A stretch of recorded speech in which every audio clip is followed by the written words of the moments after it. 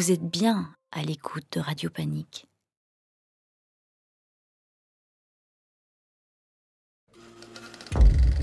C'est dans ce ciel, par-dessus cette baie, près du barrage de la Gilep dans les Hautes-Fagnes, que dans la nuit du 30 au 31 mars 1990, l'armée envoie 2 F-16 à la poursuite d'objets volants repérés par de nombreux témoins.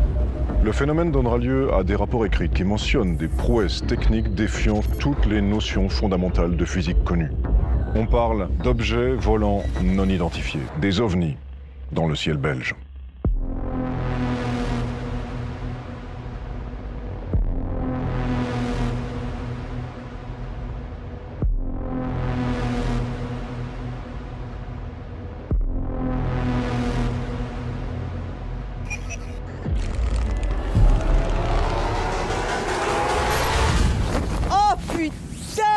Mais t'as trouvé ça où?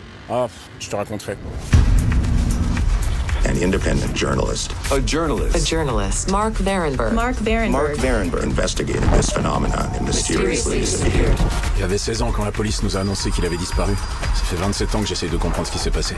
Tu veux voir Marc? Bon, c'était un mec qui avait du talent, hein. Et comme tous les gens doués, c'était un margoulin. Nous avons été obligés de l'écarter. C'était un sacrifice nécessaire. Mais ouvre-moi, fumier, là!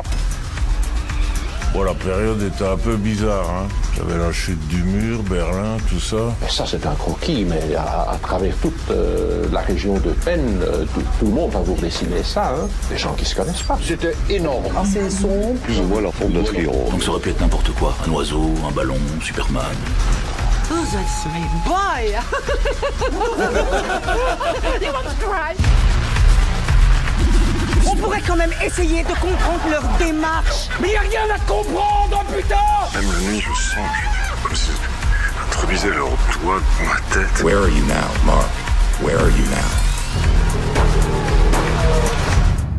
Est-ce que vous voyez quelque chose autour, là? Ah, allô? Non, vous essayez de me le faire dire, je devine que c'est ça. Je ne parviens pas à le percevoir encore.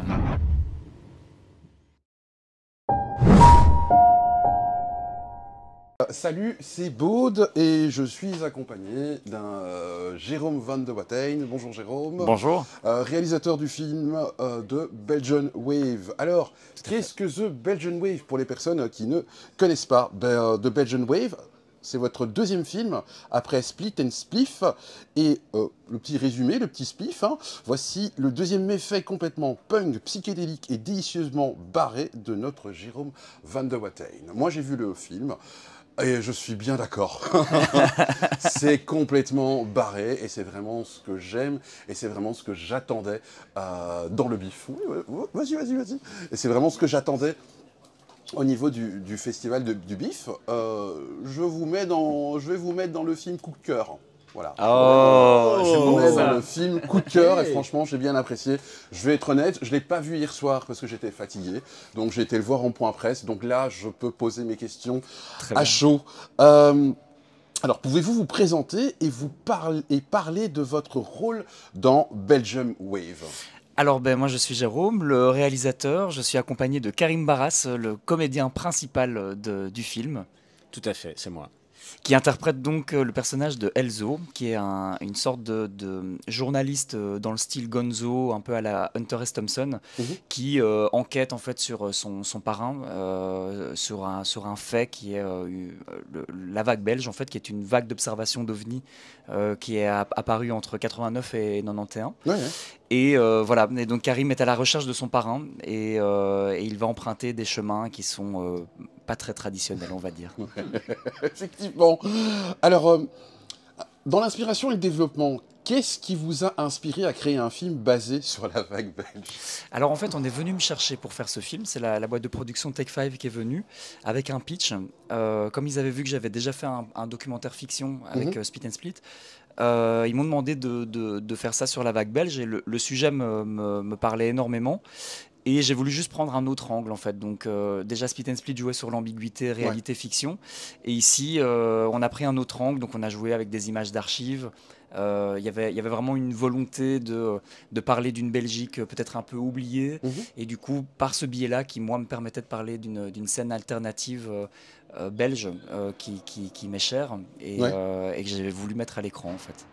Alors, Comment avez-vous abordé la combinaison de la comédie avec le mystère des ovnis?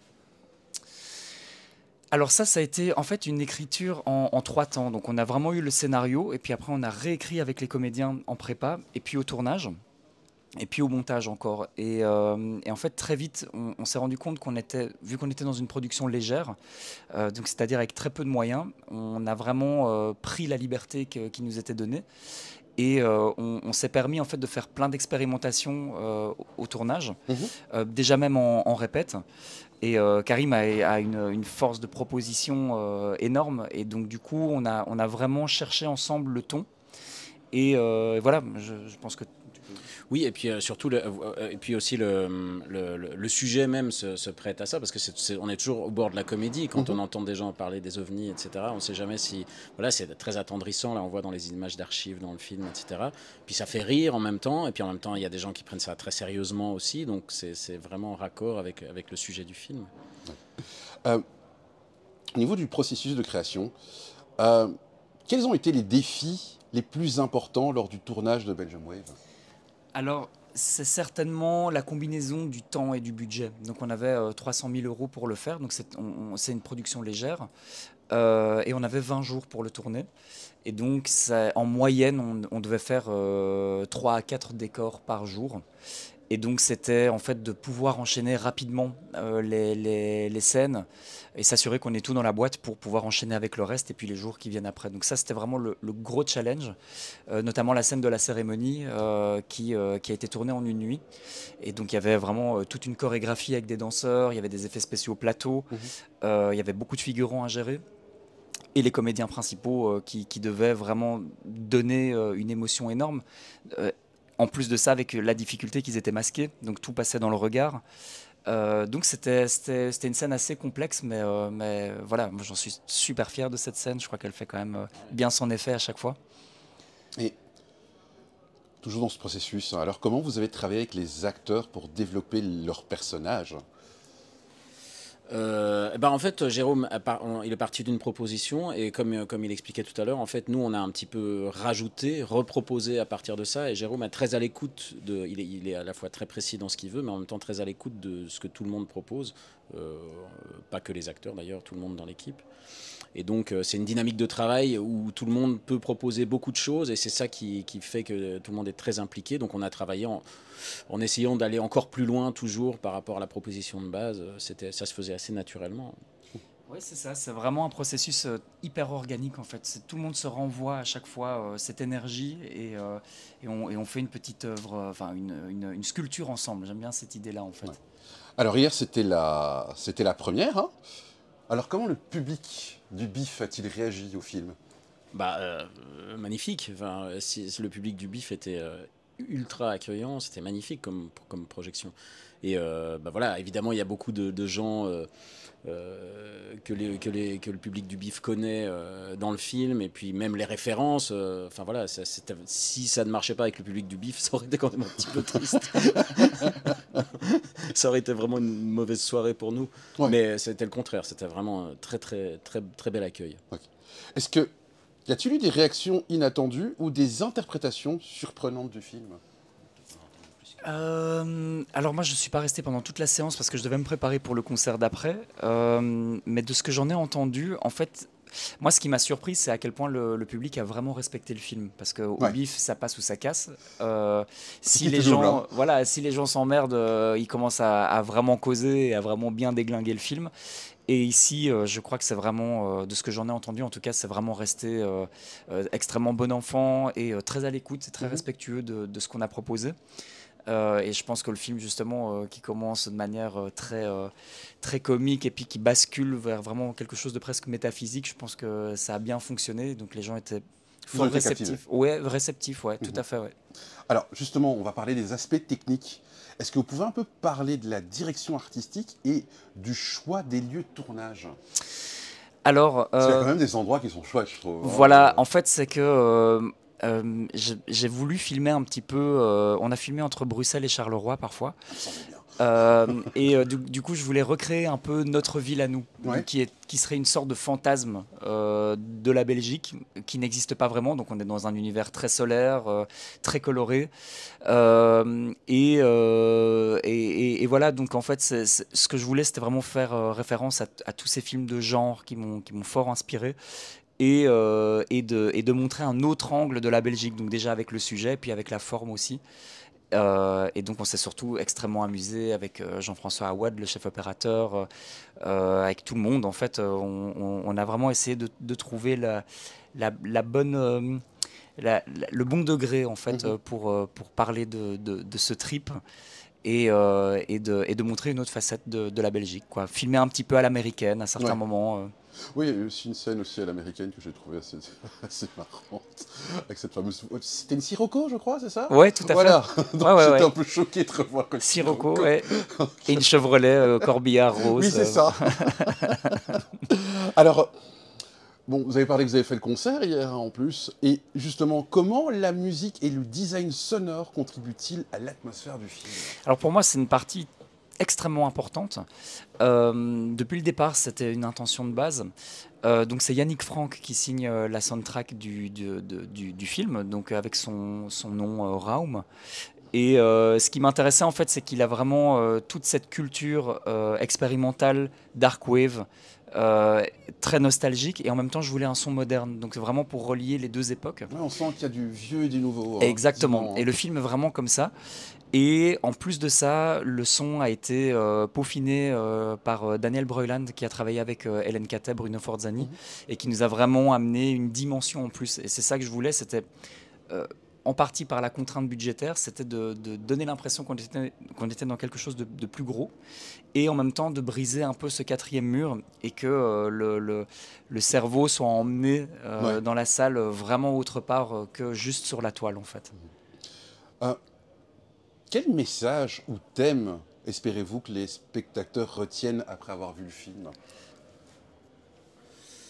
Moi, je sais pas, c'est un voyage, donc c'est assez ouvert, donc je pense que ça commence un peu comme une blague, et si on a réussi à rentrer dans le film, je pense qu'on se pose quand même des questions sur l'existence des extraterrestres, et puis ce que ça peut révéler aussi chez les êtres humains. Voilà, donc je crois que c'est autour de ça le message. Il y a une sorte de... Le film est une sorte de miroir de l'âme humaine, en fait. C'est pour ça qu'on va vraiment, qu'on plonge dans le subconscient du personnage interprété par Karim. C'est que je pense que la figure des extraterrestres est aussi une projection de l'humanité et de tout ce qu'on rêverait que les extraterrestres soient, une race supérieure qui viendrait nous apprendre des choses, une nouvelle connaissance. Et en fait, à travers ça, c'est juste le désir fantasmé de l'être humain.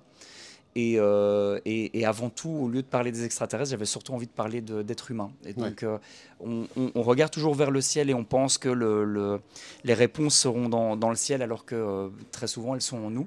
Et de toute façon, on n'aura pas toutes les réponses. Il faut accepter de lâcher, comme à un moment avec le film, on est obligé de lâcher.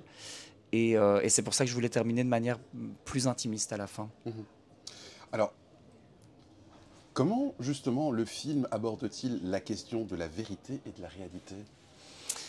De par sa forme déjà, et justement en fait ce qui m'intéressait, c'était de mettre le spectateur dans la peau d'un enquêteur en fait, et qu'à un moment donné on se dise ok, qu'est-ce qu'on est en train de voir? Ça commence de manière très terre à terre, on se dit bon ok, voilà, il y a un journaliste, il y a des fêtards, et comment ces deux univers vont se mélanger, et à un moment donné c'est au spectateur à se forger sa propre réalité, parce qu'en fait malgré que le docu-fiction soit extrêmement connu maintenant, les gens ne vérifient toujours pas leurs sources en fait, et ce qui m'intéressait, même de moins en moins, et donc ce qui m'intéressait c'était de un petit peu susciter des questions jusqu'au point de devenir grotesque, pour que les gens se disent mais en fait je vais quand même aller vérifier un peu quelle était cette vague belge, voir un peu historiquement ce que c'est, est-ce que les personnages ont vraiment existé.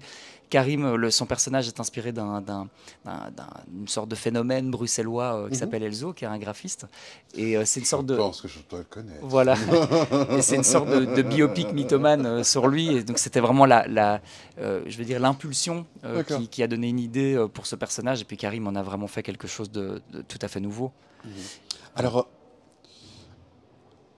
qu'avez-vous personnellement appris au cours de la réalisation de Belgian Wave ? Énormément de choses. Ça a été une école de cinéma en soi, en fait, de devoir dealer avec ce temps, avec plus de gens, mine de rien. Le film est quand même très ambitieux, donc c'est plus de pression. À tous les niveaux, en fait. Moi, je viens vraiment du punk, en fait. Donc, je faisais tout avec ma petite caméra et tout ça. Et là, maintenant, c'était une vraie équipe, c'est des vrais comédiens. C'est la première fois que je travaillais vraiment avec des comédiens professionnels. Et c'est vraiment super agréable. Et ouais, j'ai appris vraiment à plein de niveaux, en fait, quoi. Ouais. Merci. Et puis, y a-t-il des éléments du film qui sont particulièrement significatifs pour vous ? Oui, il y a une sous-question dans le film qui est un sous-thème plutôt qui est relatif au deuil et qui avait besoin de sortir à un moment donné et voilà, mais là qui s'est matérialisé de cette manière-là. Et c'est marrant parce qu'on était à Lausanne et il y a une de tes collègues qui travaillait sur ton tournage, je sais plus ce que tu faisais, qui m'a dit directement, tiens, j'ai vraiment adoré cet aspect-là en fait du deuil et je pense que voilà, elle avait probablement vécu des choses. C'était spécialement aussi voilà. pour ça. Ouais. Spécialement pour ça. Et ma dernière petite question, vous n'allez pas devoir mentir. Vous y croyez vos ovnis ? Oui, mais peut-être pas comme on se l'imagine dans la pop culture. Je pense qu'on effleure un peu ici ça dans le film, mais il y a vraiment toutes des théories quantiques. Sur les univers parallèles, sur des effets d'optique que je trouve très fascinants. Et donc, je ferme clairement pas la porte à ce que les gens ont vu ou dont ils ont été témoins, en tout cas. Je sais pas, Karim. Moi pareil. Encore plus depuis que j'ai fait le film. Ben, merci. Merci à toi. Il sera prévu en salle, je suppose, Belgian Wave. Alors, il est déjà sorti en salle, en fait. Il est déjà sorti en salle. Il est resté 6 semaines à l'affiche, quand même. Ouais, quand même. Ce qui est quand même pas rien. C'est une petite performance pour un petit film indépendant. Mais on ne sait jamais. Peut-être qu'il ressortira encore dans des festivals ou dans des projections ponctuelles, événementielles. On va voir. Ben, je vous l'espère, en tout cas. Merci. En tout cas, grand merci. Il passe sur BTV, non ? Ah oui, il passe sur BTV à partir de cette semaine, en fait. Ah, mais cool. Voilà, pendant un an. Oui, tout à fait. Voilà. Oui. Ben voilà, pour ceux qui ne l'ont pas vu, vous pourrez vous abonner à BTV. Voilà. Voilà, et il est sur Shadows, encore, la plateforme française. Shadows, ok. Voilà. Okay. Ouais. Ben, merci beaucoup. Merci beaucoup. Et quant à nous, on se revoit pour une prochaine interview.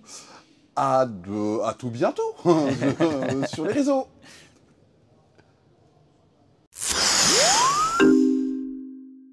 Vous êtes bien à l'écoute de Radio Panique.